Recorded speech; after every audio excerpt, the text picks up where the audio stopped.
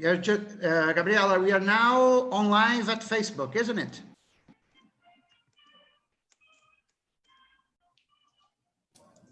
Yeah, I think so. I'm trying to make sure. When we start, you can record the meeting in order for me to upload the meeting on our website. Okay. Yeah, sure. We are live right now. All right. So we still have 8 minutes. We have to wait for Gabriel Porcile. That will be the comment, and that will be we will do the comments on Peter Skott paper. And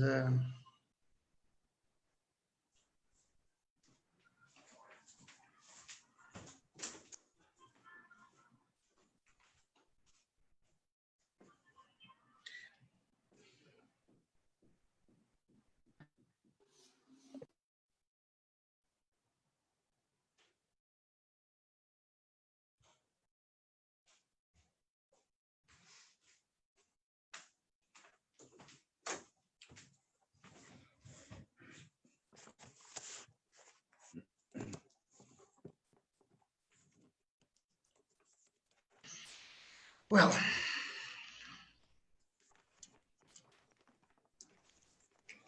yeah, I saw, or I heard actually from a talk by Laura Carvalho that the political popularity has changed for your president, that he is now doing very well, Bolsonaro. yes, because of the emergency of basic income, Yeah. which he didn't want to implement, is basically done by the House of Representatives. Mm-hmm. But because of this program of basic income, his popularity had increased. Now he had more or less 35% to 40% of mm-hmm. people that thought he is doing a good job. But the program ends at the end of the year, and there is no substitute for it. Well, the debate on fiscal policy in Brazil is absolutely crazy. We are simply out of planet Earth. The politicians and the economists that work at the financial market desire to return to austerity policies just next year. But I read on Monday an interview of Madame Christine Lagarde on Le Monde, where she talked that there is absolutely impossible to return to austerity policies in 2021. So Brazil now is, in terms of discussion on economic policy, out of this planet. So I think that will be next year will be very, very bad. I think that if we return to the austerity policies next year, we will produce the largest depression in the history of this country, because it will means a reduction of 8% of GDP on government expenditures in just 1 year is a huge fiscal shock. So it's insane, completely insane. So. Well, I guess the silver lining might be that Bolsonaro's popularity is going to suffer when the emergency package runs out. Yeah. Yes, yes. But the problem is that Bolsonaro is hitting the cross and the sword. He knew that in order to sustain his popularity, he had to maintain some part of the fiscal stimulus. But the problem is that he's with an attack by the financial system, and the central bank is doing nothing. the long-term interest rates just skyrocket in the last 3 weeks. And we have, since January, nominal exchange rate depreciation of 40%. That now arrives at the price of food and energy. So inflation is also increasing because of the devaluation of exchange rate. So in this moment, in this precise moment, we have an increase in inflation with an economy that is basically in a depression. So that's a major problem. And I don't know how the government can deal with that. If I was the Minister of Finance, I will give order to the central bank to immediately begin twist operations in order to reduce long-term interest rates and impose capital controls in order to avoid the capital flight from Brazil. If I was Minister of Finance, of course, that I would never be Minister of Finance of Bolsonaro. So if he asks me what advice can I give to his government, I give 2 advices. First, fire your finance minister. Second, resign your mandate. Then we can begin to start negotiations. Okay. Well, that's a good opening, Gambit. But where is Gabriel? Gabriel was supposed to arrive at... He's connecting now, I think. I saw. Yes? I saw something. Rafael, André Nassif is now here. Peter Skott, Gustavo Palmeira. Somebody's connecting. Gabriel Porcile is connecting. Yes, Gabriel Porcile is connecting. So when Gabriel Porcile arrives, I think that I will start the webinar, and then you can also start recording. I have to advise to all people that is in this room that the webinar will be recorded in order to be uploaded in the website of the Structuralist Development Macroeconomics Research Group, right?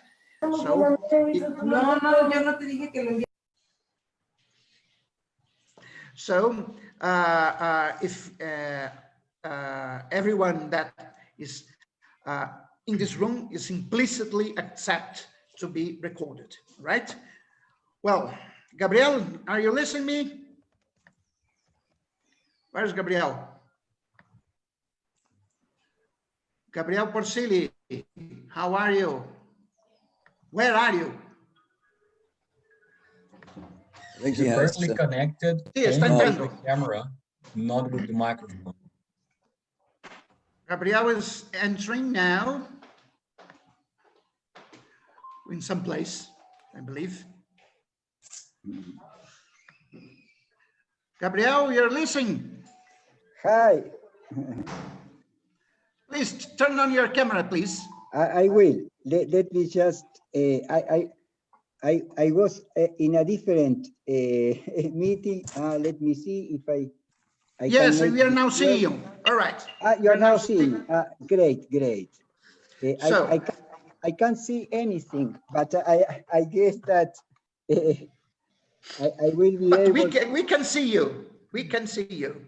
Okay. All right, people. So it's 4 o'clock. I'll record now. All right. Yes, please record. So, ladies and gentlemen, good afternoon for people that live in America. Good night for people that live in Europe. We are now starting the webinar of the Structuralist Development Macroeconomics Research Group. That is being organized in cooperation with the graduate program in political economy of the University of Brasilia, and also with the group Mercado de Ideias, that is an undergraduate research group of the economics department of the University of Brasilia.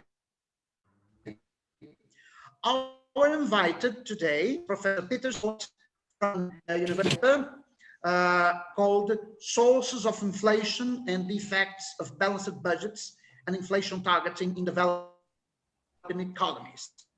Well, I think that Professor Peter Skott, Peter, to all of you, that of course is a very known economist. So in order to not lose more time, Peter Skott, the audience is yours. And many thanks to have accepted our invitation. Thank you.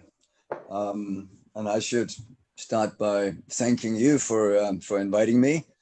I thoroughly enjoyed when I visited Brasilia last year, and it's a pleasure to be back, even if it's only in this somewhat unsatisfactory virtual way. I look forward to the discussion. I hope to get a lot of good comments on this work, which is joint. And I should point that out before we get started, that it's joint work with Guilherme Klein Martins. And I hope that should I get into trouble, then he will help me out, and maybe he will add some comments himself if he feels that I have misrepresented some of our joint work here. So I was told 45 minutes, and I'll try to strike a balance between kind of presenting the main ideas, intuition, but also give a little bit of technique, a little bit of equations, but with the emphasis on what I see as the main ideas. So first, I mean, what's the premises and what's the motivation behind this work? Well, we think it should be uncontroversial that developing economies typically have large amounts of underemployment, and that there are deep sectoral differences in these economies. We also believe, and I'm not going to try to justify that in any detail, we take as an axiom, as it were here, that the standard Phillips curves and notions of natural rates of unemployment, they provide very inadequate, very poor explanations of inflationary processes in developing economies. So this raises some questions. The first one is, what might be the sources of inflation in a developing economy if there is huge amounts of hidden unemployment and underemployment? And the second question following from that would be how can we embed, if we have a story of inflation, how can we embed that into a model that captures key differences between the formal and informal sectors of the economy? And then we want to make use of the framework to examine the likely effects of some standard macroeconomic policy prescriptions if they're applied to a developing economy.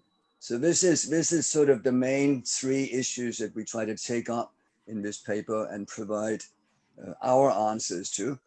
I don't think some of the aspects of this paper will be controversial, maybe in this audience. Other aspects might be, and as I said, I certainly hope to get comments, both critical and where, if there are issues where you might agree with us.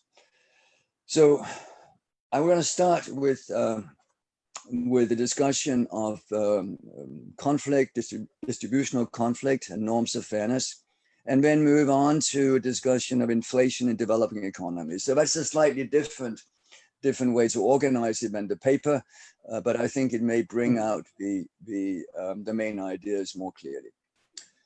After that, I'll briefly outline the four-sector model that we employ, and then use that to examine inflation targeting and balanced budgets in a commodity boom. So use the model and say, okay, let's assume that this is a commodity producer and commodity prices are soaring, and now we apply the standard prescriptions advocated by OECD and many other organizations. The paper also contains a discussion of the Brazilian experience. I don't think I will have time to talk about that at all in this presentation, but I hope that maybe in discussion we can return to that. But I don't think there'll be time for me to talk about our particular interpretation. Let me add that the model is not intended as this is a model of Brazil. It's intended as something with slightly more general applicability to developing economies. If one were to apply it specifically to Brazil, then one would want to introduce twists here and there. And then if you were to employ it in some other country, you would need different twists. So it is not a model that's designed to be immediately applied. We haven't been tweaking it closely to make it fit Brazil. Okay, so the distribution of conflict and norms of fairness. Conflict is central to inflation theory in most of heterodox economics, whether of the Marxian or the Keynesian variety, and we're going to follow the same path. I think it's also worth noting here that norms of fairness are very important in the way that the conflict is played out, and it influences wage setting.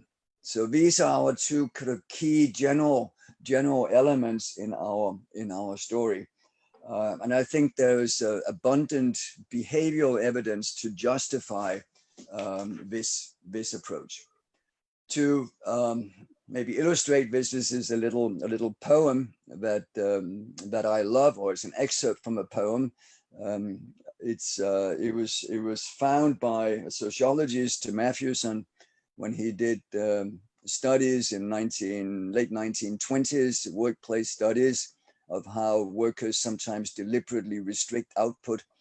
And this was a poem that was pinned to a bulletin board in some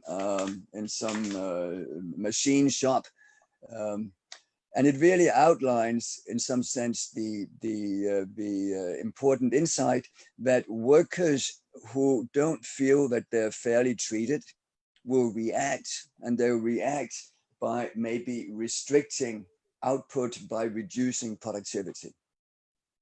I should say that I actually picked this up from Akerlof and Yellen. It's not that I sort of read incredibly widely in the literature of labor relations in the 1920s, but Akerlof and Yellen produced this poem, and I like it a lot. The notion of fairness, of course, has been introduced in a lot of economic literature as well.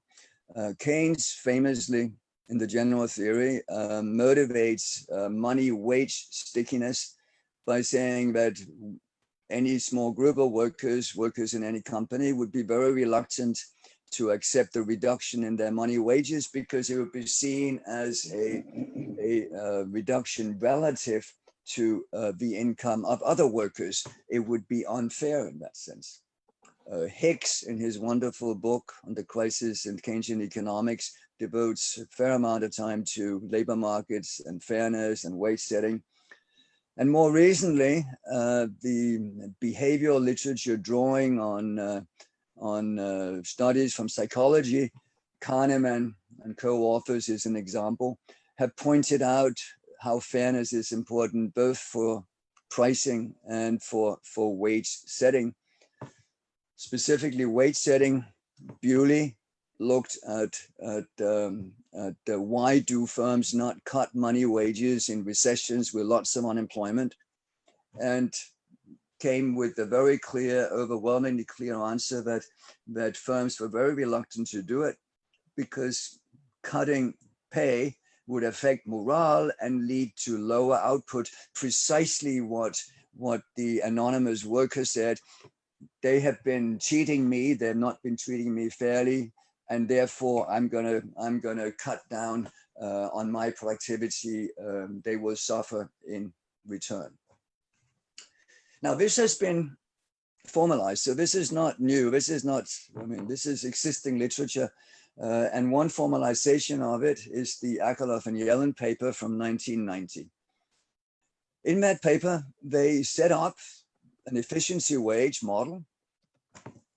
Firms realize that if they don't pay fair wages, then productivity will be lower. And once that's the case, then firms will be paying fair wages in order to maximize their own profits.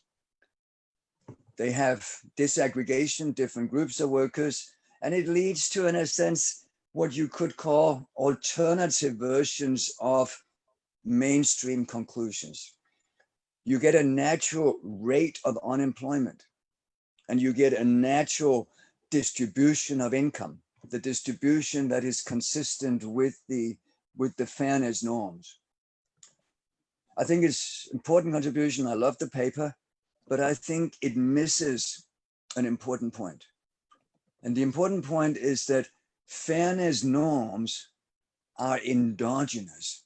They're not given exogenously in time and just here they are, they stay forever.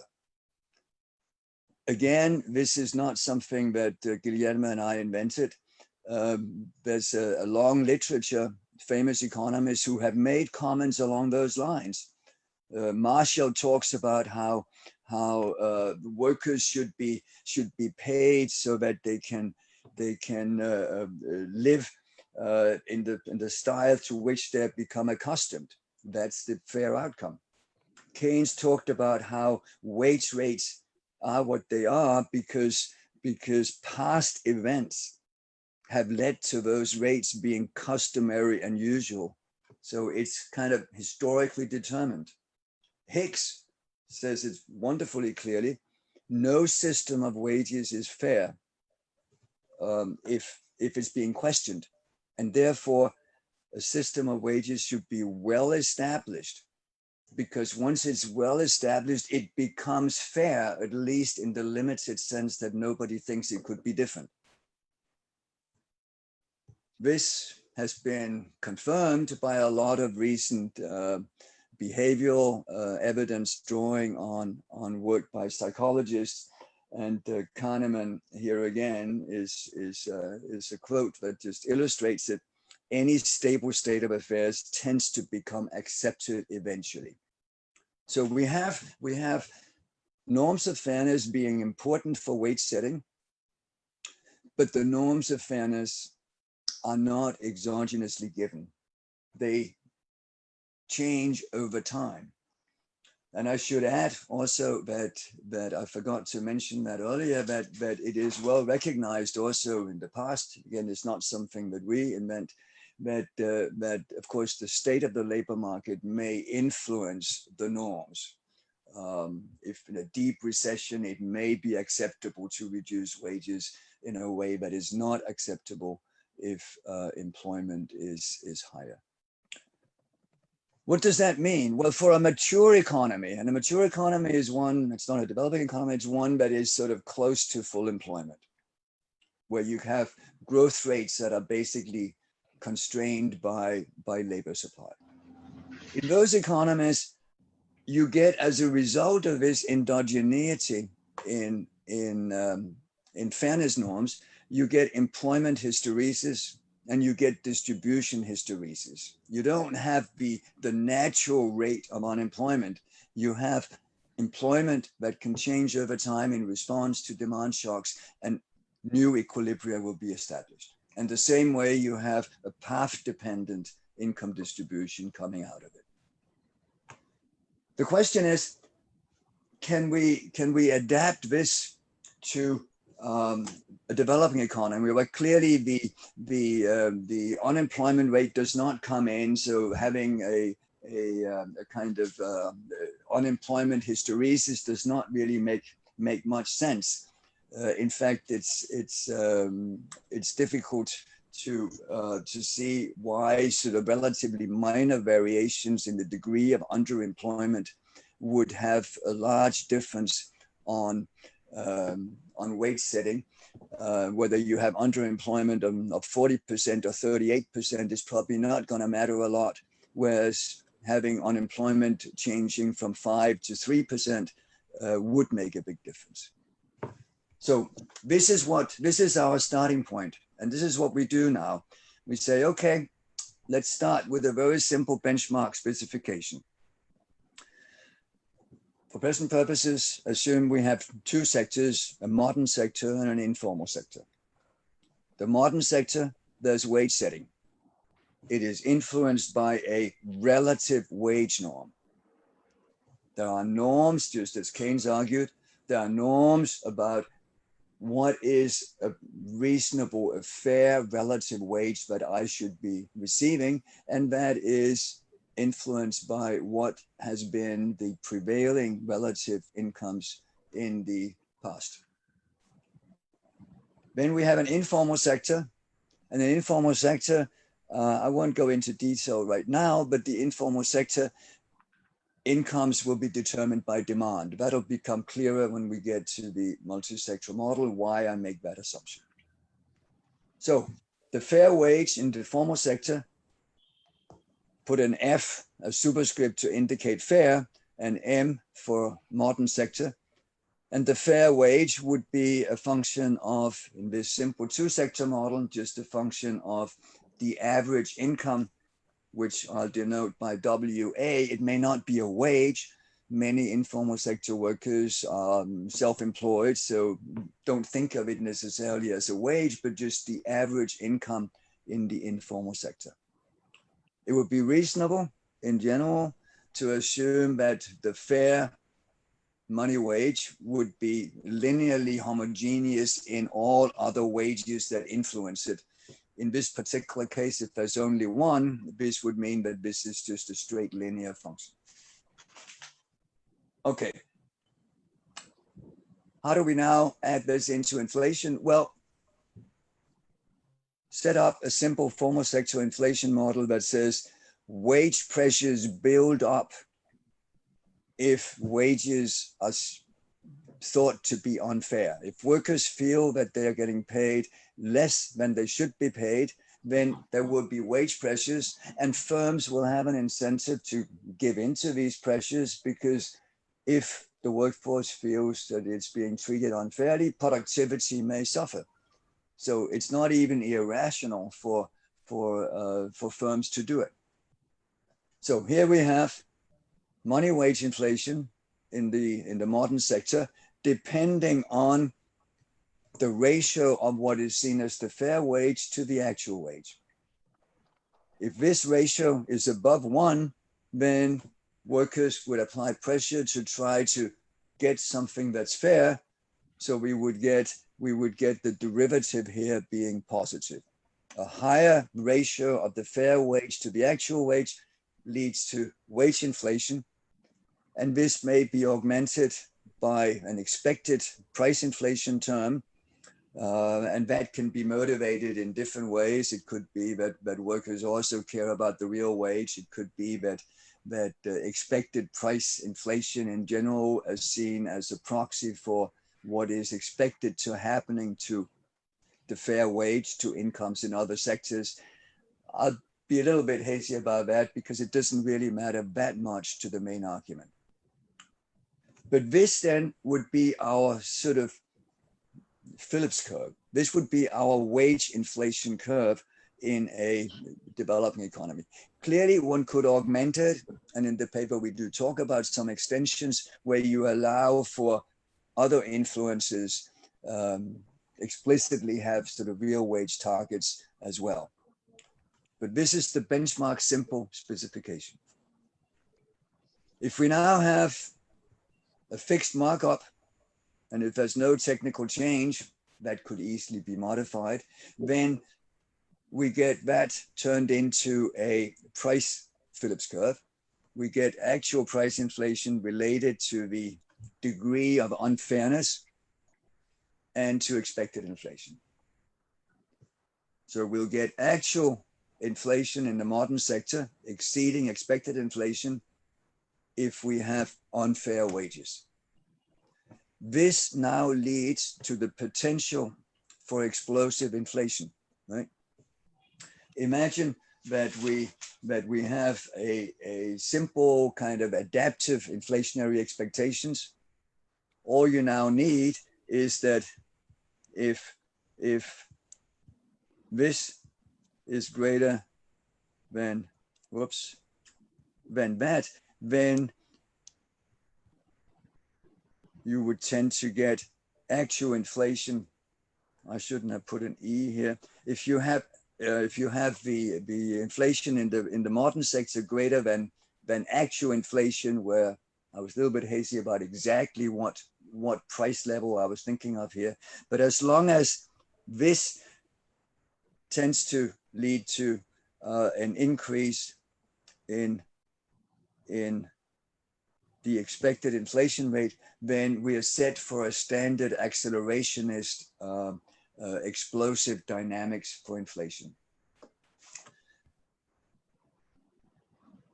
If we now stay with the exogenous norm, the same kind of the Akerlof-Yellen first version of this, then if we want to avoid the accelerating inflation, the explosive inflation, we want the term here to be equal to 0. We want this to be equal to 0, and that basically defines a relative wage.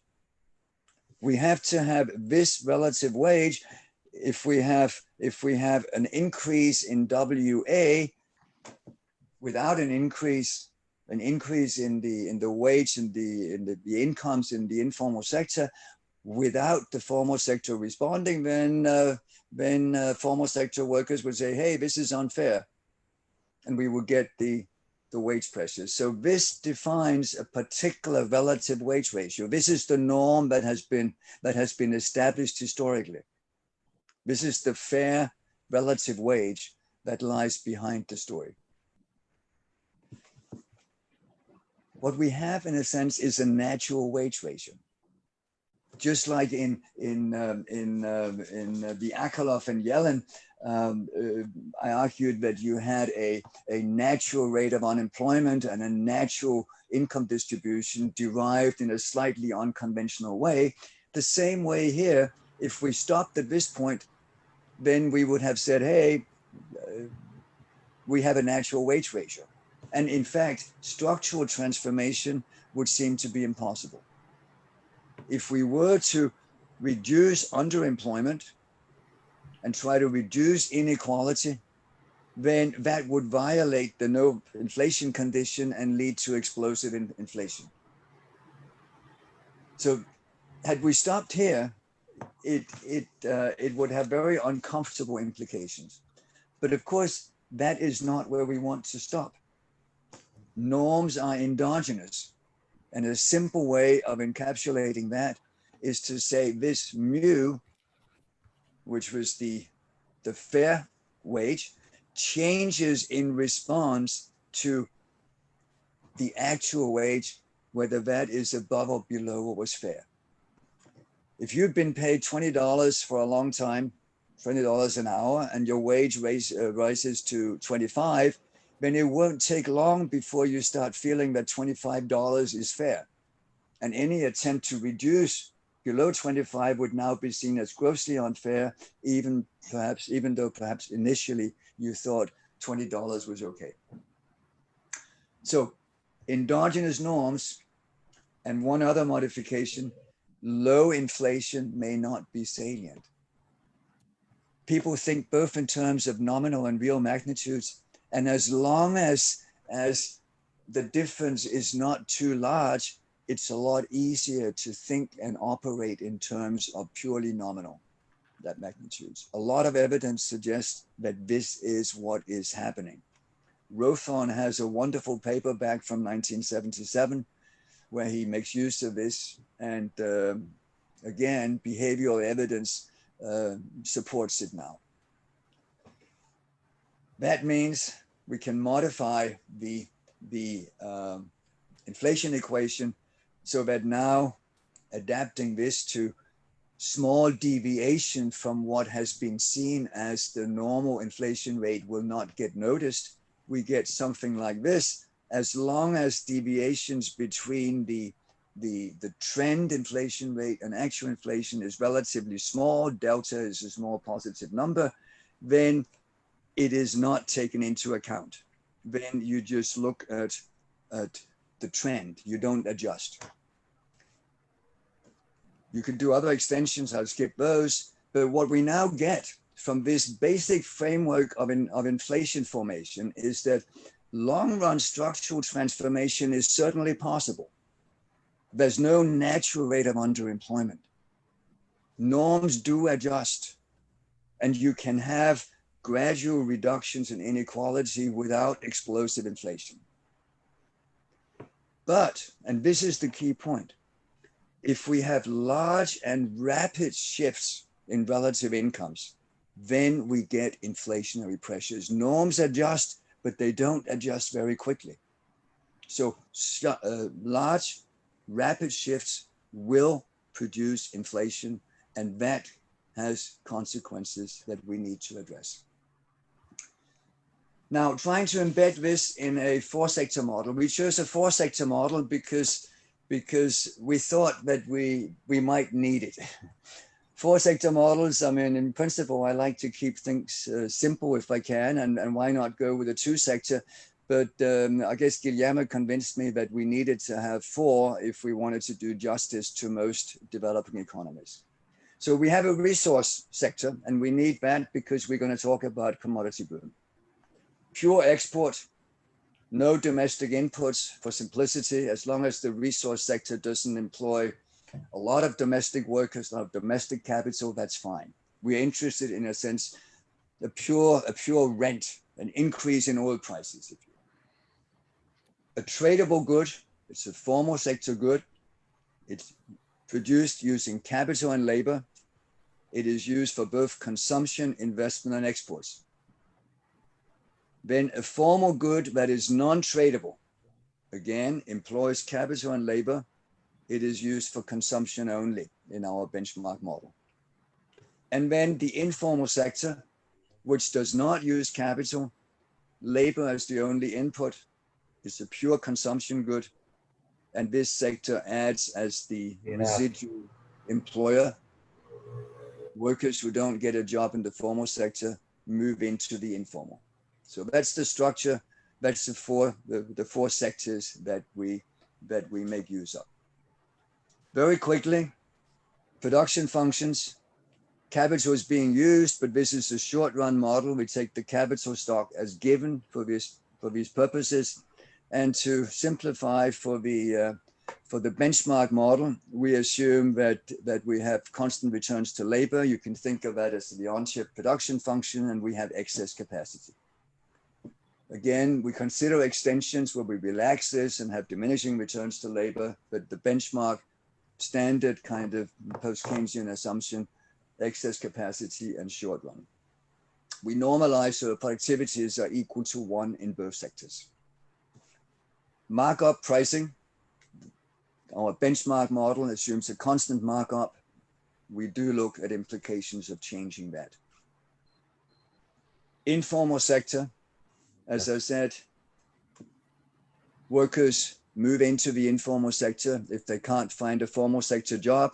So employment, I should put that in inverted commas, employment in the informal sector is determined residually.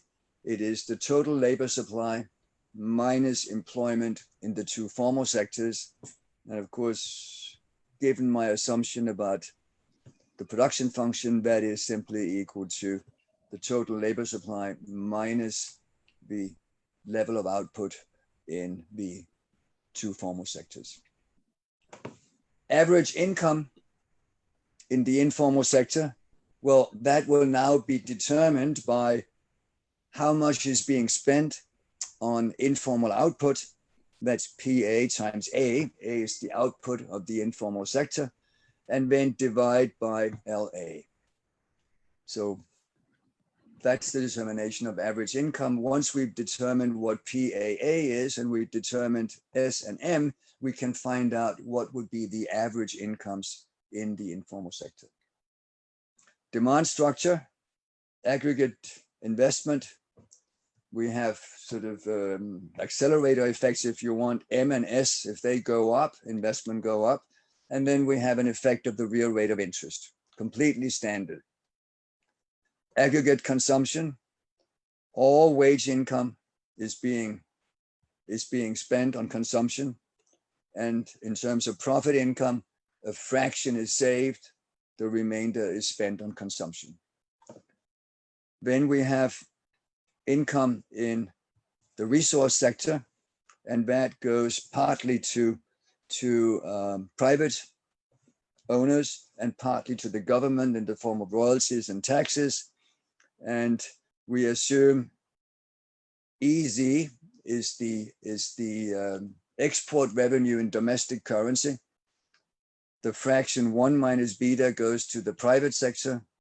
They spend a proportion epsilon on that. A fraction beta goes to the government, and for simplicity, we take them to spend also a fraction epsilon.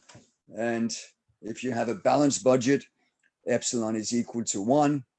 We assume we don't need to have a completely balanced budget, but we impose the condition that epsilon is less than or equal to 1, which is another way of saying that our economies will be satisfying the balanced budget constraint that sometimes is being advocated. They're not deficit financing anything. Notice fiscal policy is extremely simple. We do not impose taxes on anything other than the resource sector. We could add in tax parameters, but fiscal policy is not the main concern, and it would not really add much to what we're talking about here. Domestic consumption is split over 4 goods. It can be modern tradable goods, modern non-tradables, and it can be informal goods and imports. And we assume that in the benchmark, again, the assumption is that fixed proportion of total expenditure goes to each of these categories. That corresponds, if you want to do a neoclassical kind of analysis, that corresponds to having a Cobb-Douglas utility function. And it's an assumption that, again, we relax and look at implications of relaxing, but the benchmark just fixed assumptions, fixed proportions. Staying with demand, net exports, we have exports, which is X depending on the real exchange rate. We have imports, theta is the proportion of total consumption being spent on imports, and that so imports would be theta times C plus G. And then here we have the revenue from the resources, expressed all of this in domestic currency. Real exchange rate, I've defined it here. There may be a slight misuse of terminology, but it's basically, it's simply the ratio in common currency of foreign goods and domestic tradable goods. What determines the real rate of interest, what determines the real exchange rate? Well, basically taking a sort of approach based on interest parity, we assume that the real exchange rate depends on the domestic interest rate. And then here's a sort of blanket variable that captures country risk, that captures foreign interest rates, that captures variable that we treat as exogenous in this simple model. Once you have these assumptions, you can set up equilibrium conditions. I won't go through them in any detail. If any questions, if it comes up, I have the equations here. But let me just point out that you get demand for the tradable good consisting of both consumption, investment, and exports, and the 2 other domestically produced non-resource goods only used for consumption. You can now solve and you can find equilibrium values in this short run model, equilibrium values for the two modern sectors, and you get the standard Keynesian results as you would expect. If you get a commodity boom, then demand goes up because the commodity boom leads to increased spending, both by private recipients of the resource revenue and by the government. So you get increased consumption, and both sectors expand. If you get a change in the real exchange rate, either an increase in the real exchange rate is an appreciation, then it's a depreciation. Sorry, then you would get the depreciation stimulating the economy, and then finally, if you get an increase in the interest rate, then that has negative effect on investment, and that leads to a decline in both sectors. No surprises here. It's a bit fiddly deriving all of this, but it's absolutely straightforward. Informal sector incomes, you can also plug in for that, and that's just using the equilibrium condition here and the definition of the income in this informal sector, which comes out like this. And again, not surprisingly, we get comparative statics that say if we get a commodity boom, then incomes in the informal sector would go up. Why? Well, because we get the expansion in both M and S, which means fewer workers left in the informal sector, and we also get greater consumption demand altogether. So the total revenue collected in the informal sector goes up. The other comparative statics also straightforward. An increase in eta is expansionary, and an increase in R is contractionary, and the wage goes down. We now feed that into a slightly extended version of the inflation story I told you. We now have two formal sector setting wages, but we still get that it is inflationary if the fair wage is below the actual wage, and the fair wage will depend on the income in the informal sector. That's one of the comparison points. So a boost to informal sector incomes, inflationary in both sectors, in both the formal sectors. Okay, I won't talk about that bit there. Let's now use the model. Let's use the model to try to look at what happens if you have a commodity boom. Something that many Latin American economies experienced in the 2000s, but of course, other countries around the world have also experienced that. So it's not just a Latin American phenomenon. A commodity boom is an increase in Z. Z was my resource revenues in foreign currency. They've gone up. Prices of whether it's soybeans or oil have increased. That was expansionary. As long as we had our balanced budget, which I imposed, fiscal policy is passive, basically a balanced budget. So balanced budget, and if R is kept unchanged. That was my first simple, just comparative statics without looking at any changes in interest rates and real exchange rates. Then we get the expansionary effect. M&S go up, informal sector employment goes down. We get the increase in informal sector incomes, we get the inflationary pressures. What happens?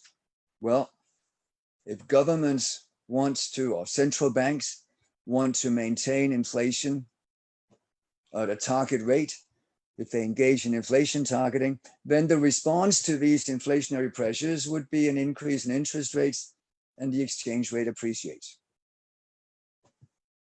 That feeds in to our export demand. Export reacts to increasing uncompetitiveness of the tradable sector. And of course, domestic investment reacts to the increase in the interest rate. So we get this fall in autonomous demand components. We have a direct effect on M. These components directly affect the demand for the tradable sector goods. And then we get proportional consumption effects on both the tradable and the non-tradable sectors. What is the net effect? Well, that involves a fair amount of relatively simple mathematics, but we get an increase in the non-tradable sector and a contraction in the tradable sector.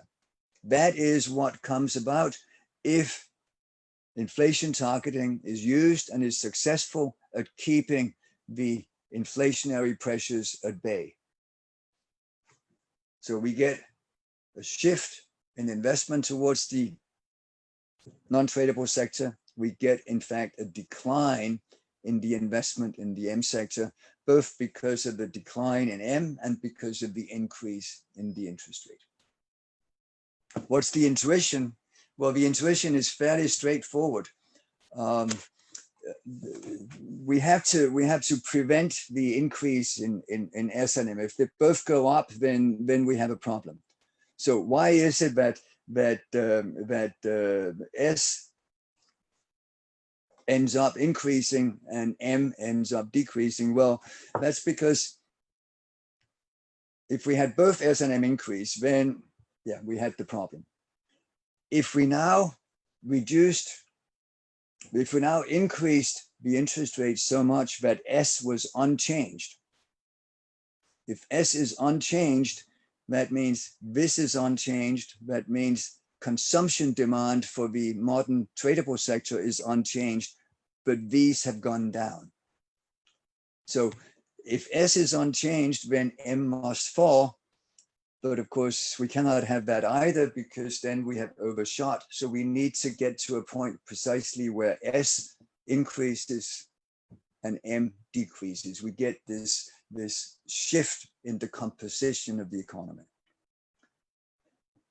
The results here are fairly robust, and I can see that time is not on my side. So I won't go through the details of this, but just point out maybe two things. That our consumption specification is very simple, but the results are actually robust, although the math is a little bit more complicated. If you allow for relative price effects on the consumption demand, the relative price comes in because of the real exchange rate.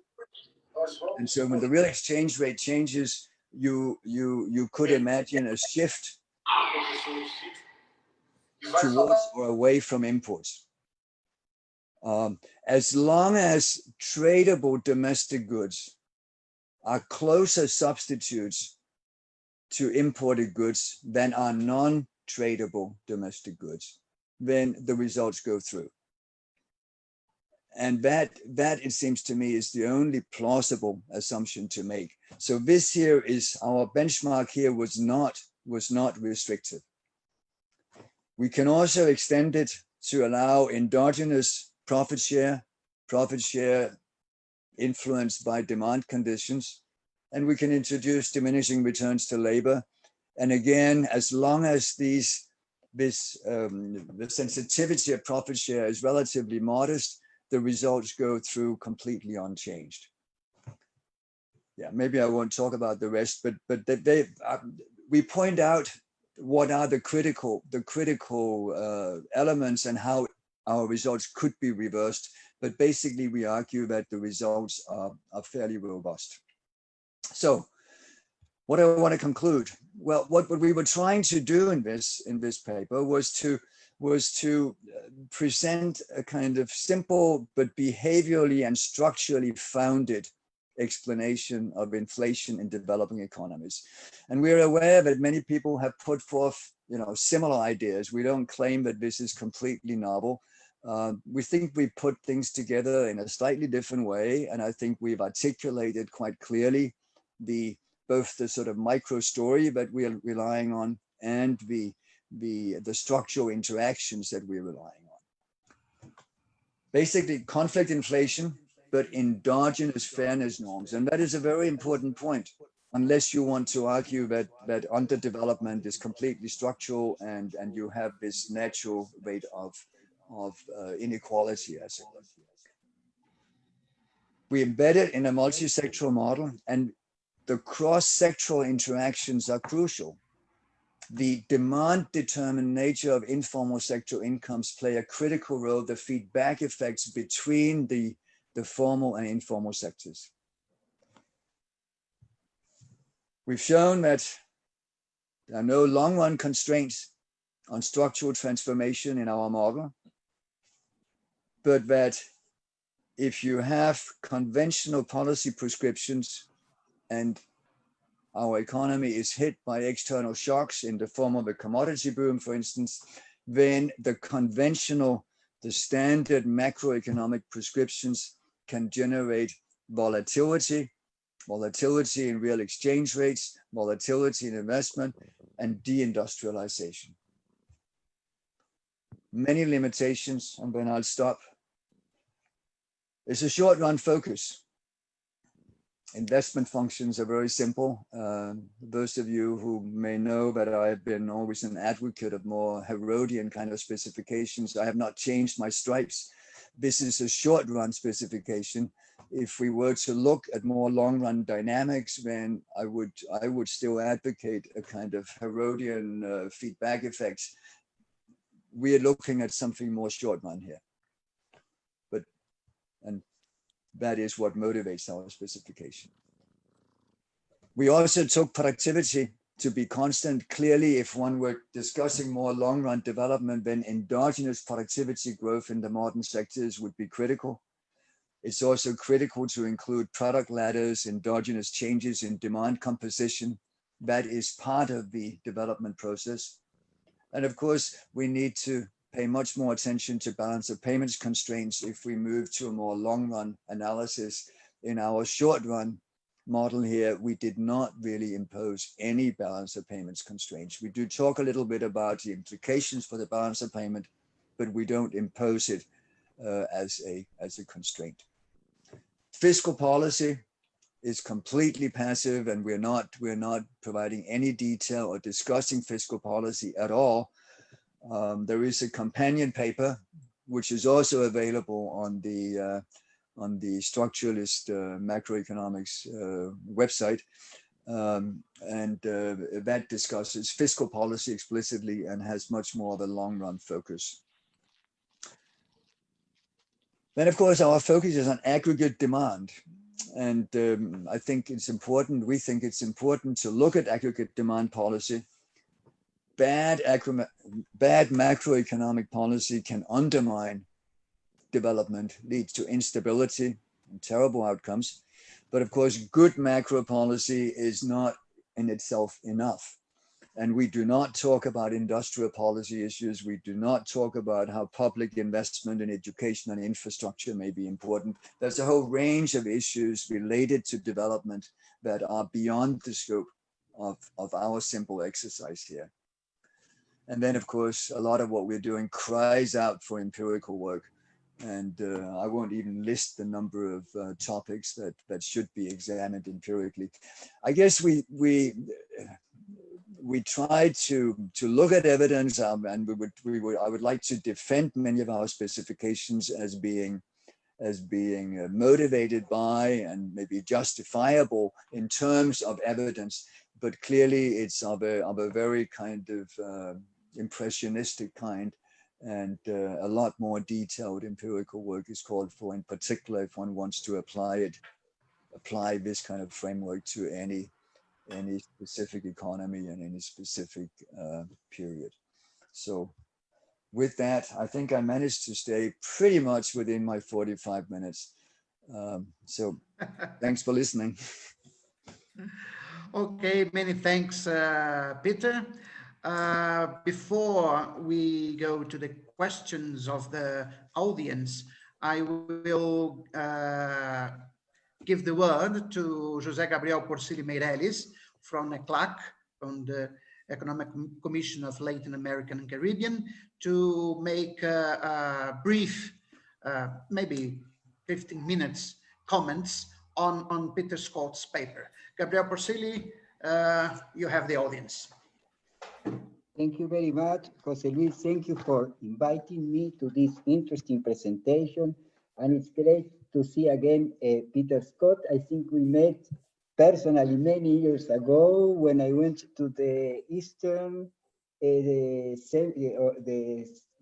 conference of the Eastern Economic Association in the US, and then I very briefly visited the UMass. And I remember that you gave me very interesting suggestions and advice about a paper we presented with Gilberto Lima at that time. So it's a pleasure to see you. Unfortunately, not in person, but it is great, nevertheless, to have this opportunity to talk with you. Well, I have a presentation. I mean, it's not a presentation, don't worry, José Luis. It's just a few points that I will share with you in the, let me see if I share the screen. Okay, then share, okay.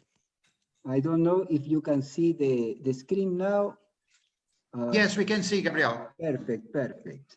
So I really like it very much, the paper. It was a pleasure to read it. I think the research questions are very important because we have been working with these models of conflicting claims for discussing inflation.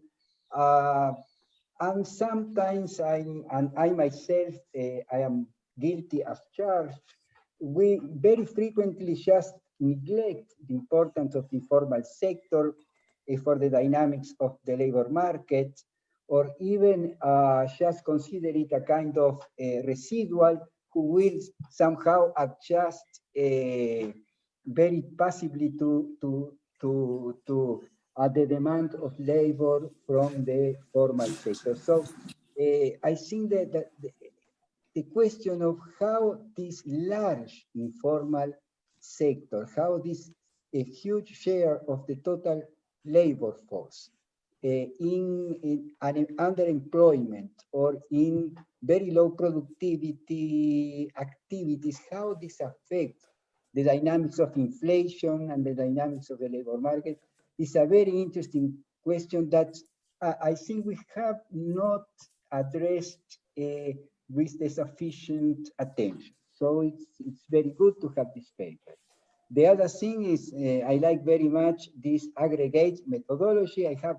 I live among Schumpeterians, and the Schumpeterians only like to have very micro-founded models with heterogeneous agents. I think this is great, but I still believe that aggregate models have a lot to teach us and many interesting questions and research questions to draw from this kind of models.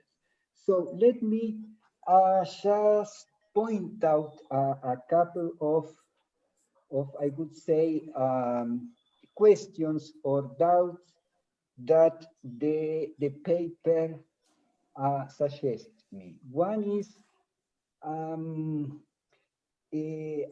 convinced that the idea of fairness is an important idea in wage demands and how the workers see their position and define their aspirations in terms of wages. I'm not so convinced that the worker in the formal sector look at what is going on in the informal sector to define what is the fair wage he or she should receive.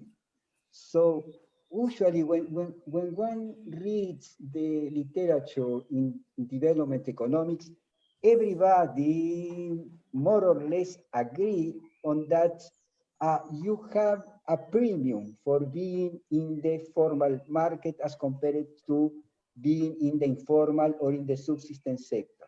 It's the idea that you probably have to move to the city, and there are many other costs and problems in moving from one sector to the other, which plainly justifies the existence and the acceptance of a difference in wages between the sectors. But when a worker is, particularly if the worker is in a part of a union of workers, and this worker defines what kind of a demand he or she will make in terms of wages, he would probably look more to his own past or to how other workers in the formal sector are doing, rather than to what if the situation or the position or the wages of the informal sector are going up or down. This is something that I would like to it's not a criticism, it's more a kind of doubt about what is the relevant, from the point of view of the social norm, the relevant benchmark for the worker in the formal sector.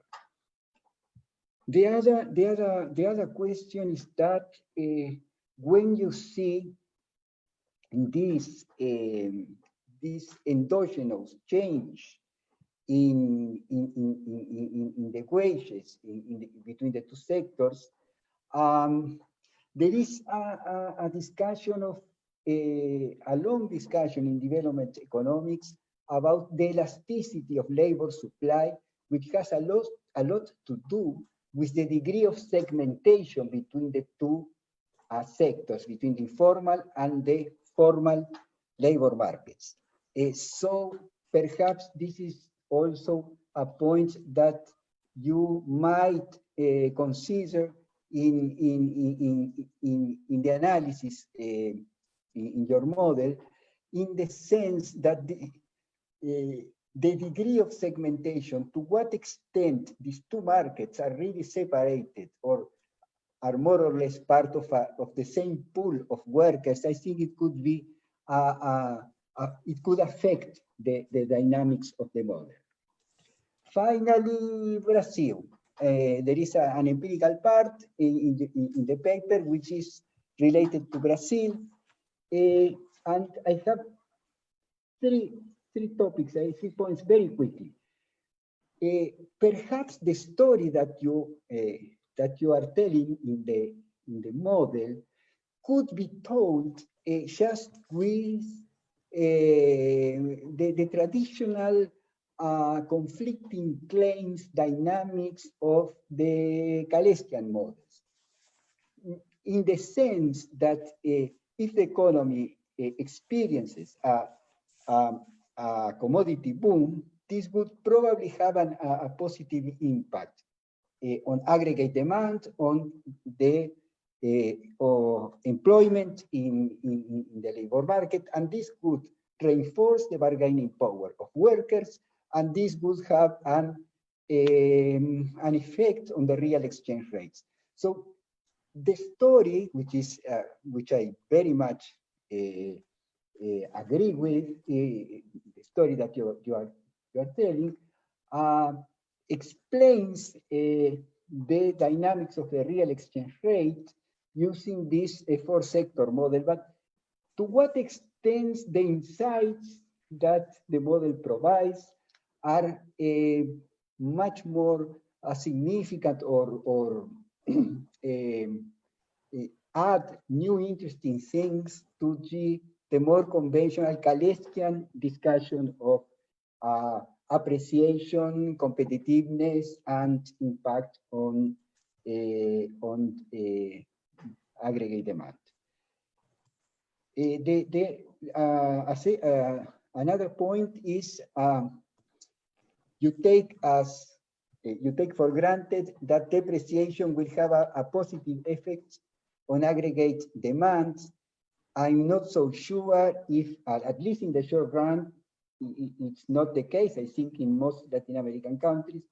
And the question is whether you think that this could affect the outcomes of the model. And the last thing, probably you have already working with this, because I heard that you have another paper on fiscal policy. The idea that the beta is a key parameter, a very interesting parameter. I like very much the introduction in the model of this beta, in the sense that it's a representation of the class struggle between the rentists and somehow the production, the sectors that produce goods for the domestic and international economy, and could be used as an instrument for encouraging a structural change. And in this sense, perhaps you have here a nice story about rentists, about the role of the state in development, and how by defining the level of beta and defining how these fiscal revenues are used in terms of structural change, probably you have a very nice and interesting political economic story of development. So I stop here. Thank you very much again. Okay, many thanks, Gabriel Porcile. And in order to optimize our time, and I will ask for Peter Skott to wait for the questions of the audience, and then you answer the questions posed by Gabriel Porcile and the questions posed by the audience. So the ones that want to make questions, just raise your hands in the Zoom, and then, well, the first, Andre Nassifi, you can make your question. Hello, good afternoon. Here, I'm in Bahia, it's afternoon here. I began to read your paper from Guilherme Martins and Peter Skott. I appreciated too much at the beginning of the paper, but I like to ask you, because I didn't finalize the reading of the paper, but Skott emphasized that it's a short run model, and I'd like to know. I have two questions. The first one, and because the story, the stylized effects in Brazil is that commodity boom tends immediately to provoke an appreciation trend of the real exchange rate, and then due to domestic or external shocks, the real exchange rate depreciates suddenly and provokes, because if the idle capacity is not very high, it immediately provokes inflation, because of the pass-through from real exchange rate to price in Brazil is high. And then how to conciliate the price level in the between after real exchange rate shock in the model. And okay, because of this, I think that because of this, Gabriel Porcile suggested that because of this between shock and the effect on the prices, Brazil has not had the time to, in such a way, the real exchange rate depreciation to provoke substitution, import substitution after the shock. So, and the other question is, because I missed it in your conclusion, but your presentation, I don't know if you discuss in the paper, how would be the economic policy suggested for deal with inflation, because implicitly you suggested to abandon the inflation targeting.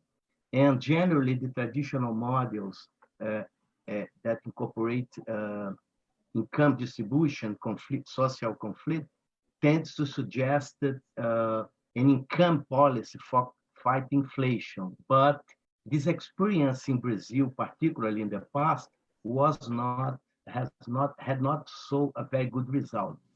That's all. Thank you. Well, more questions? More questions for the audience? Those people that want to make questions can make by the chat, or just raise your hand and I will see. No more questions for now. Well, Peter, it's your turn. Thanks for your comments. Let me address at least some of them. I'm not sure I managed to capture all of them, but Gabriel, you started out questioning whether the informal sector is a reference point for formal sector workers, and I like that comment, but I guess I do disagree. First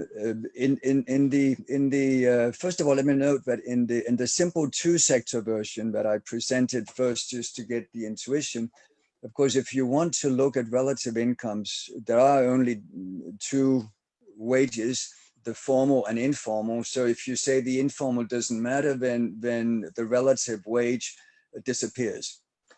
When we move to the four-sector model, we do in fact include in the specification of the fair wage not just the informal sector, but also the fair wage in the formal sector depends on wages in the formal tradable sector, depends on the wages in the formal non-tradable sector. So that we have no disagreement with.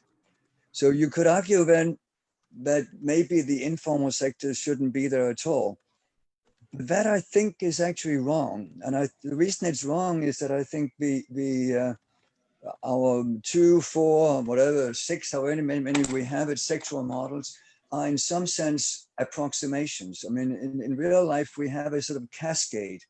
We have a range of overlapping segments where you look at people sort of close to you. So some of the formal sector workers some of the workers in a formal restaurant sector may well look to informal sector workers who are also engaged in some kind of street vendors, food stalls, whatever, setting up your own thing.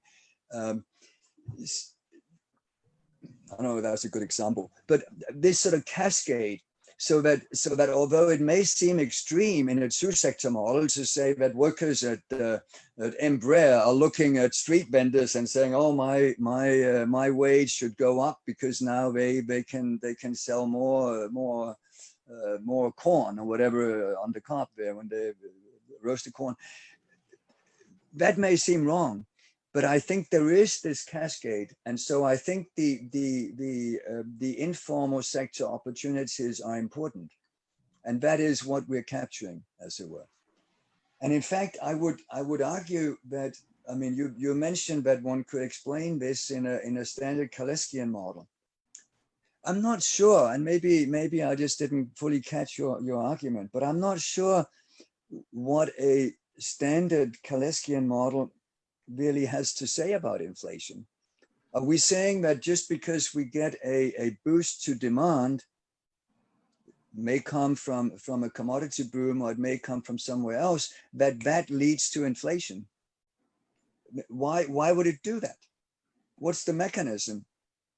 Is it because we get capital capacity constraints? I don't know if I understood you, Andreas, maybe pointing to capacity constraints, which maybe come from capital, so maybe that's related. I don't know, but I'm not sure that is what we typically see.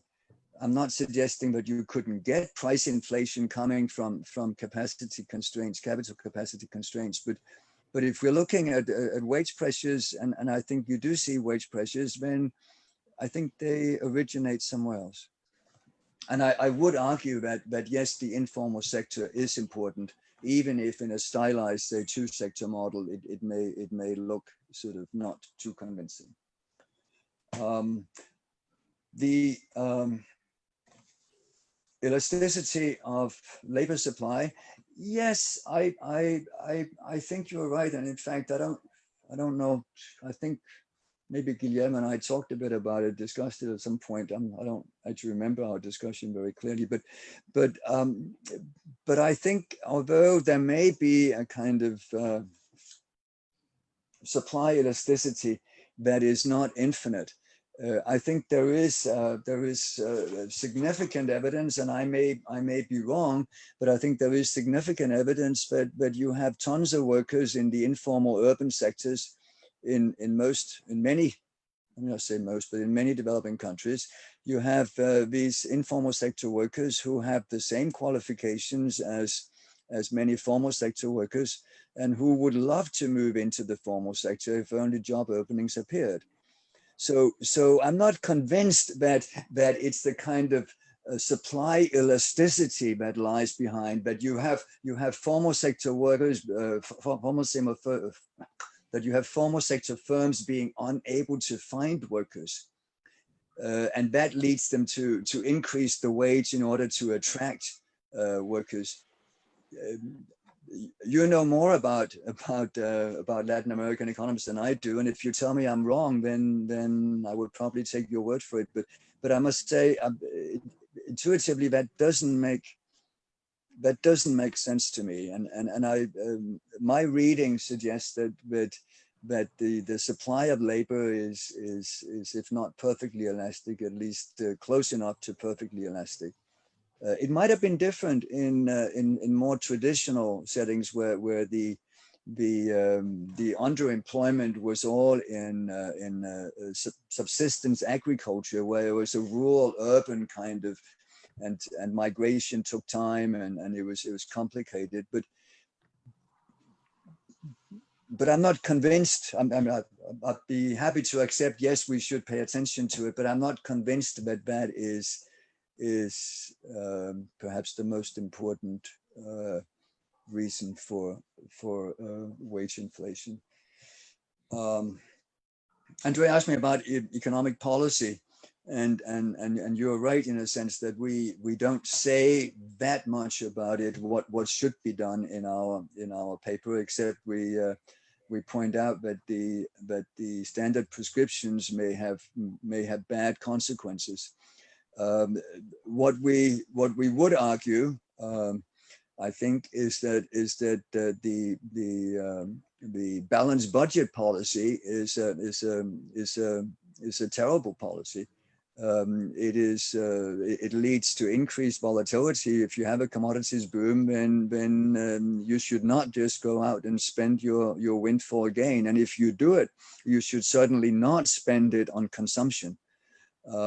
You might want to spend it instead on public investment, and you might want to spend it in ways so that you are least likely to provoke inflationary pressures by giving some groups higher cash wages, as it were, or cash incomes that are more likely to provoke inflationary spirals than if you do it in different ways, like providing, I don't know, sanitation system or internet to neighborhoods that are predominantly poor, or by improving health services or something that are nominally not directed at just specific groups or income classes, but nominally have sort of universal coverage in a particular location, and therefore may not spark the same kind of comparisons.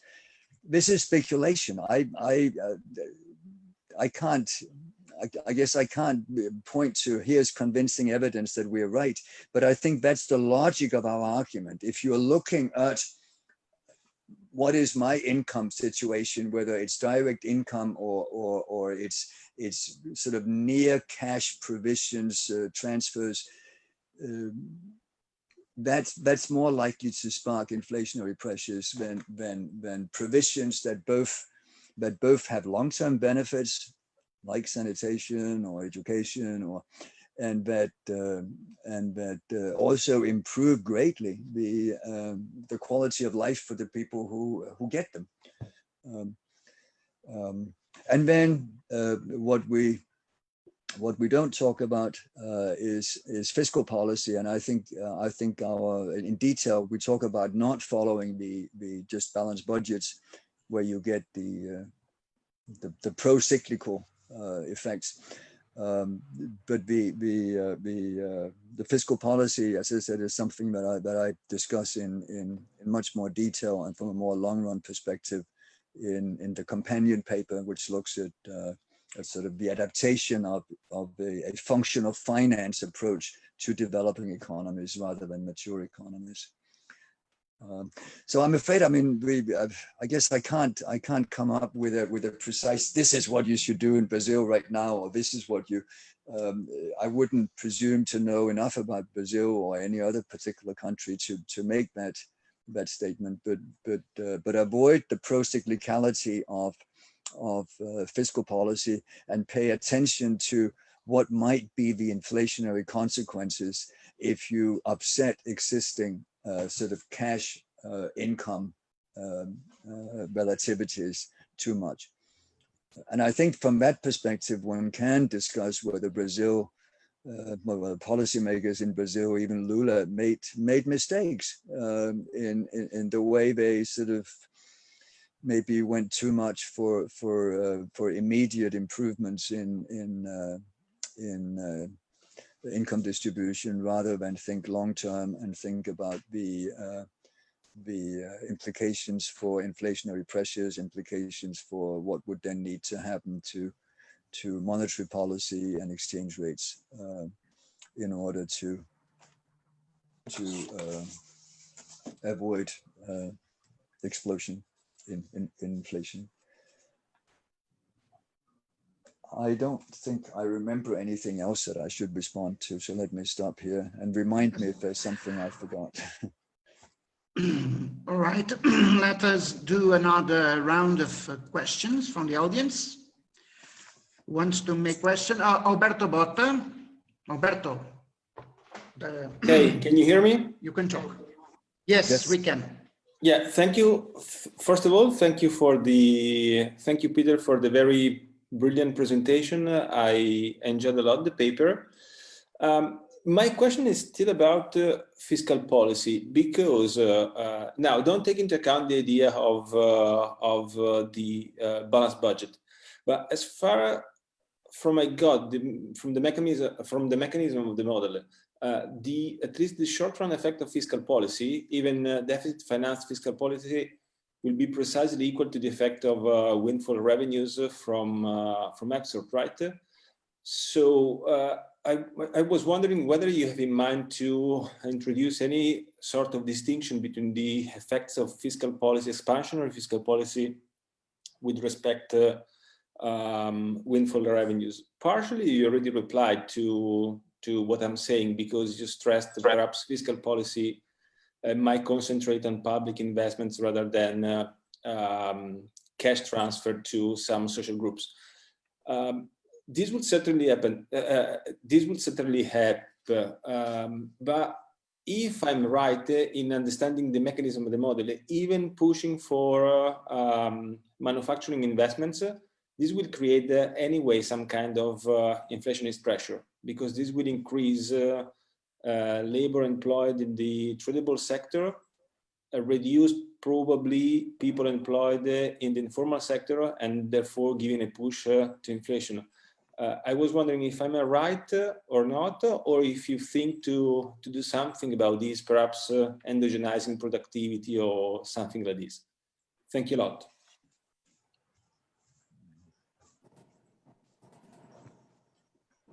More questions? No? So, Peter, please.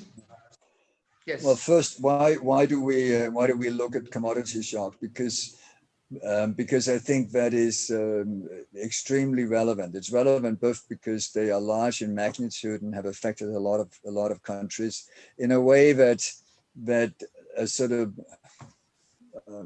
pure, in a sense, unmotivated fiscal expansion is rarely that large. I mean, it may happen. You have countries that maybe suffer meltdowns from inappropriately expanding fiscal policy, but it's the commodity boom seemed in some ways empirically more relevant. And it also, given the purpose of the exercise, part of the purpose was to examine what happens if you apply the mainstream prescriptions. If you have, I mean, we looked at OECD reports or surveys for Brazil, and they have been consistently saying, oh, balance your budget and inflation targeting, right? So we're interested in what happens if you follow those prescriptions. Is that going to be conducive to long-run development? And we said no, it's not, for a variety of reasons, but including the volatility and in the commodity boom, you get a misallocation of resources. What should happen if you have expansionary fiscal policy? Well, I guess I don't know whether that's what you have in mind, but it's sort of at least for me immediately makes me think, oh, MMT, traditional kind of more Keynesian autonomous demand. We just need to boost government spending, and then as long as we do that, then the rest will follow. I think those policies are extremely dangerous. And essentially for some of the reasons that we have discussed here.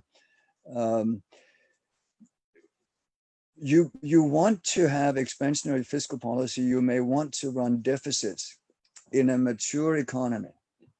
In a mature economy in which investment is not going to be large because you're not going to grow fast because you have a labor constraint. So if you have high private saving, and there's no outlet for investment because the investment would lead to a capital stock that is not going to be needed. In those economies, you may need to have a sustained fiscal expansion. You may want to have this policy. But in a developing economy, in some ways, there is, as I argue in the paper that I referred to here, but also in other recent work, there is no structural aggregate demand problem. There may be aggregate demand problems in a short period you need to stabilize, and that's incredibly important. But in some ways, what you want is just to provide the incentive for the private sector to invest. And if you do that, and the private sector invests, then it's more likely that you would wish you had more saving. You need to make sure that there's incentive to invest, and that involves both ensuring that you sort of stabilize domestic demand, but also ensuring that you're competitive internationally. But in China, you could have investment to GDP ratios that are close to 50%. Right? If you grow fast, if you successfully develop, then investment will take up a large amount of what you can, of your capacity. And you don't need to have government sort of just fill in and make sure there's demand. Investment will generate the demand. So going back to your, this may not be what you had in mind at all, but I think, yes, you're right in principle. I mean, not just in principle, you're right, that reconsider the commodity shock. But you could look at what happens if you have an incoming government all of a sudden say, we're going to boost government spending by some very large amount, even if it leads to deficits.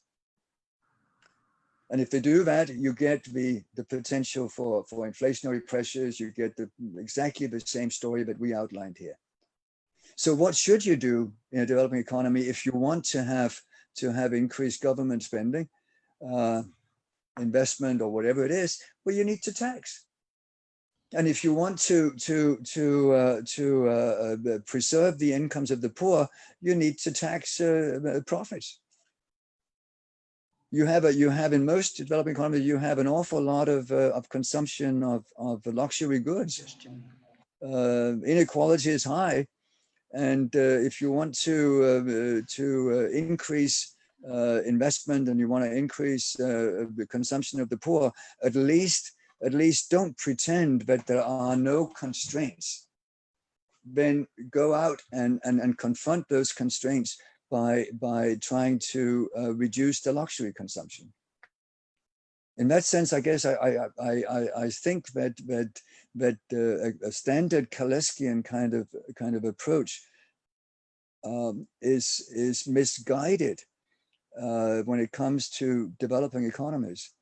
It's very dangerous to say all we need to do is just boost demand, and we can then say increase government spending, and that's going to solve it. It overlooks the fact that we have a capital constraint in the long run. It's not a labor constraint, but a capital constraint. There was a lot of different topics woven into an answer, and it may, as a result of that, have been a little bit unclear. But Peter, I would like to make a suggestion. Of course, you are free to accept it or not. But I think that the kind of macroeconomic problem that you have on the paper.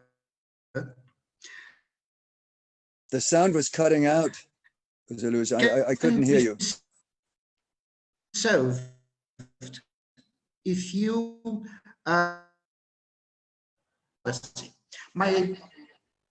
yes, I think my internet connection is not so good. Everybody's hear me now? Video. Turn off the video when you speak. That might do it. All right. So I think that the question, the macroeconomic problem that you have in your model can be dealt with targeting real exchange rate. Yeah? You define some targets for the real exchange rate, can be, for instance, the industrial equilibrium exchange rate of the new developmentalism, and use the fiscal policy in order to adjust aggregate demand to make the effective real exchange rate equal to the target. Because when you have a commodity boom, what happens in your model? When we have a commodity boom, this increases aggregate demand. The increases in aggregate demand generates pressure for wage increases. The pressures for wage increases increase inflation. Increase inflation makes central bank to increase interest rate, and the increase in interest rate make capital inflows to the country, and then appreciation of nominal and of course real exchange rate. So the main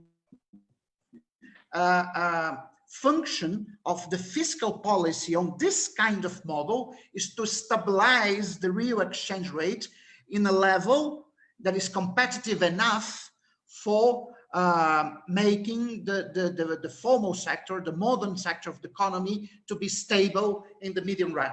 So I think that this kind of problem can be easily, theoretically at least, can be easily solved by a fiscal policy that aims to target the real exchange rate.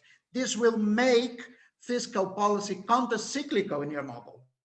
Because when we have a commodity boom, the fiscal policy will act just in the other way around, and this will compensate the commodity boom and it stabilize the real exchange rate. Well, in order to make this fiscal policy operational, maybe you have to make a sovereign fund, as the one that Norway had. I know that Norway is not a dual economy, it's a developed economy, but I think that in order to deal with the problem caused by commodity booms, you have to target real exchange rate, and for target real exchange rate, the policy instrument is fiscal policy, not monetary policy.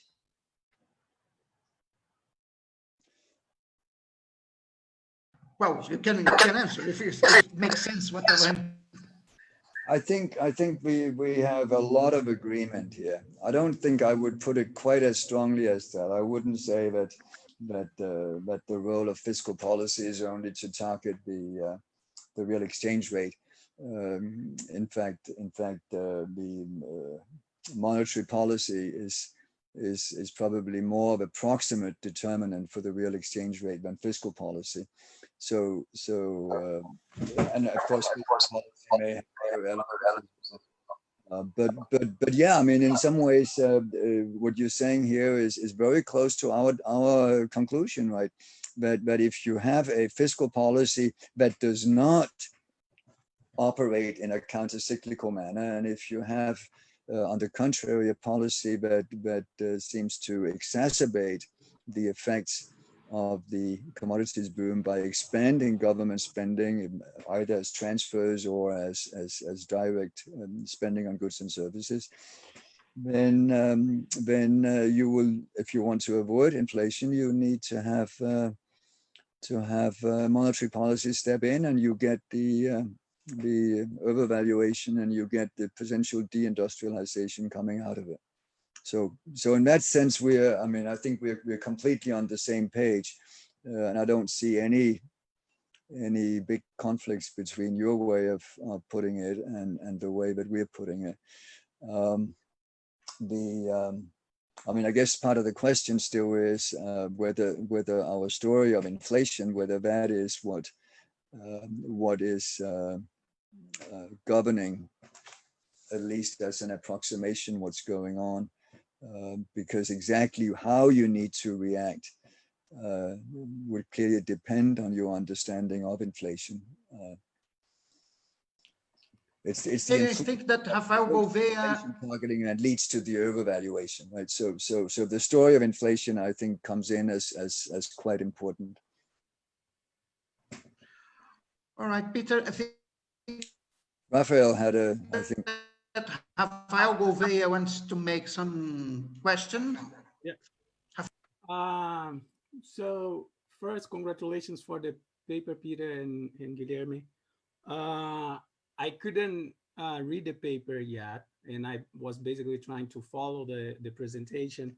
As a very good macroeconomist once taught me, following many markets at the same time in a model with so many dimensions sometimes is hard. So I think and maybe I missed something, but I think in the paper you have two things that I couldn't quite get. What is the relevance of one to the another? And one thing is, what exactly is the role played by the fairness mechanism here for the Dutch disease story? So I couldn't quite get what that mechanism has to do with the Dutch disease. I mean, in theory, you could just have a very traditional three-sector model with a Dutch disease story to cover your commodity boom story. And then you have this story about the sources of inflation that you are trying to connect with the commodity boom. But it was not, I couldn't quite pin exactly what is the mechanism of this cross relations with these two main dimensions of the paper that are important to address something new. Like what do we gain here in terms of, for example, the Dutch disease story of incorporating the fairness mechanism. And for one discussion that I think that often in Brazil is missed when we are discussing fiscal policy and sources of inflation and in like the minimum wage especially, is that even though you could think of the minimum wage policy only as, you know, a policy about the labor market in Brazil, because most of the pension benefits and most of the social benefits targeted to poor families are indexed to the minimum wage. This at last, this leads to a mechanism connecting fiscal policy and the minimum wage policy. So I think in terms of the empirics that you haven't discussed here, and so I didn't read the paper, so I don't know how you dealt with that. But I think it's important to have that in mind in a discussion about Brazil, this relationship between minimum wage and fiscal policy, because you cannot untie the two. So I will stop here, and depending on the conversation, I may return with other questions, or I will send you later the questions. Thank you. Well, anyone wants to make more questions or comments? No? So Peter, please.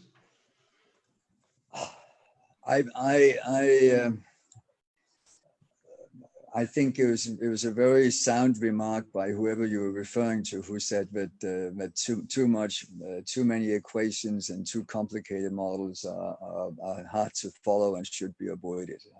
I would second that. We were trying to keep the model as simple as we thought was justified. So let me try to. I don't know whether it'll solve your problems, but I think when we tell a story about inflation, I think we should try to rely on behavioral evidence to the extent that we have it. And I suppose that sometimes I've seen stories that at least I thought did not sort of fully specify why did we get to this macroeconomic relation? What was the underlying mechanisms? And so we were trying to tell a behavioral story that I think has real world and experimental support. And that runs in terms of the relative wages and fairness concerns. Now, why is it important then that we have norms of fairness lying behind it? Because norms of fairness are conventional. They move over time. And I think that's very important, because if we didn't have that endogenous element in it, then in a sense, our story of inflation would say, hey, development is impossible. If we have a fixed relative wage norms that cannot be changed, then obviously structurally now, if we try to develop and that leads to a shift in relative wages that violate the norm, we would just get accelerating inflation and we'd have to hold back.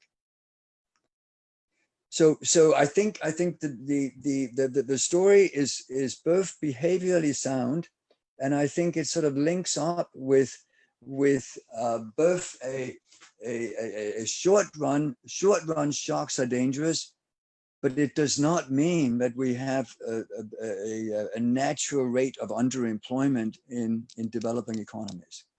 And I think I would want to argue both of those, and I see this as a way to make that coherent. But of course, we need to set this story of norms in a context that is relevant. And that's where we thought we needed to have the four sectors. The resource sectors is just because we wanted to have a commodity boom, right? That was our application. So that's one of the sectors. We needed to have an informal sector, because that's essential to our perception of what characterizes most developing economies. And then we wanted to have both a tradable and a non-tradable modern sector, because that seemed relevant for most middle income countries, even if maybe not for the poorest countries. And because you have slightly different inflation experiences in the two sectors, which is something I didn't have time to talk about. And that then leads to the interaction between the different sectors, and we felt we needed to try to elucidate that. And I know that it's probably very hard to follow the model and exactly how these interactions play out in a short presentation. But it was motivated. It was, I would argue that we did not just throw in complications because we can do it. We had reasons for it.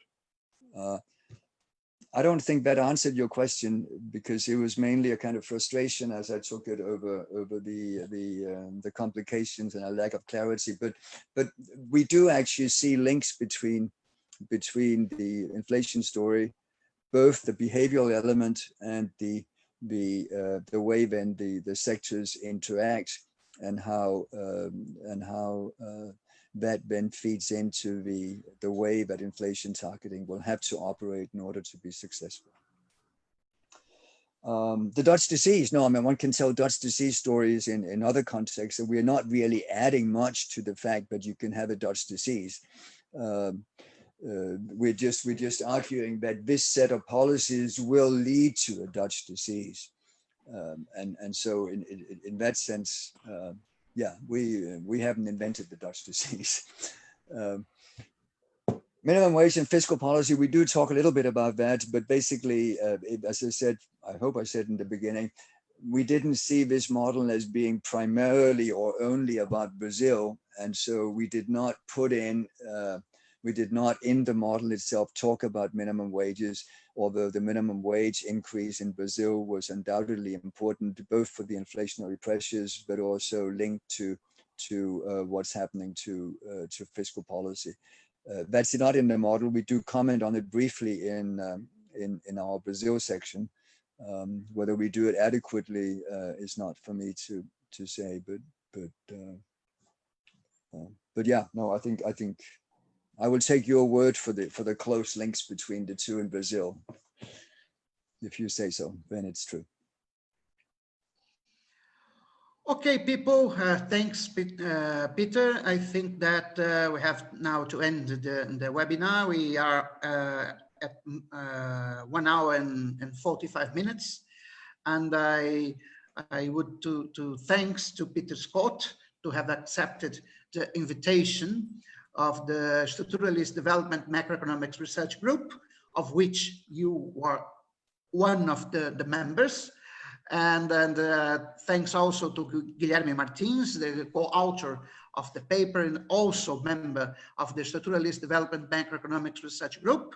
And thanks to the audience, and especially thanks to Gabriela, that is doing the backstage work in order for this webinar can occur.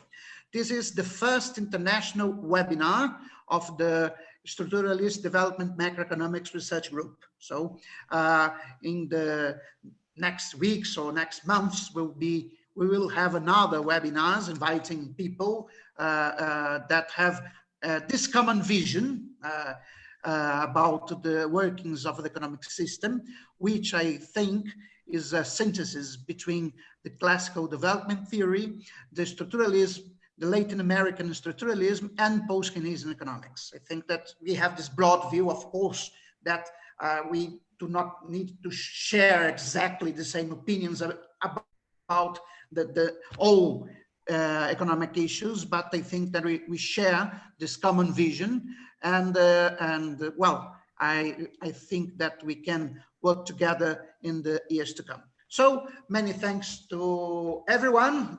Again, many thanks, Peter Skott, and well, people. So thanks to everyone. The webinar. José, can I just say something? I was really pleased to be able to attend this conference, and many of the current masters, the student EPOG are attending. So don't hesitate to keep me informed about it, because I could see many current EPOG students, but also former EPOG students like Esra, who I think is still working with Peter, right, in the US. So, so please keep me informed about that so I can inform the students. Many of them are around, and it's 10 o'clock here in the evening on a Friday. Yes, I remember that I was also a member of the Post-Keynesian Economic Society, but I forgot completely the mailing list, and I just sent the invitation a few hours ago. But I promised that from the future I will send the invitation to the mailing list of the Post-Keynesian Economic Society, and everybody, a larger audience, will be also informed. So Don't Again, many hesitate thanks, to send Peter. it to me because I will send it to my students and I will be around. All right. I will, Okay. I will do that, Danny. Many thanks to you too. Good So team, people, Peter, Alberto, all these nice people around, and have a weekend for you and stay good. Bye-bye. Bye-bye. Bye. Bye-bye. Thank you, José Luis.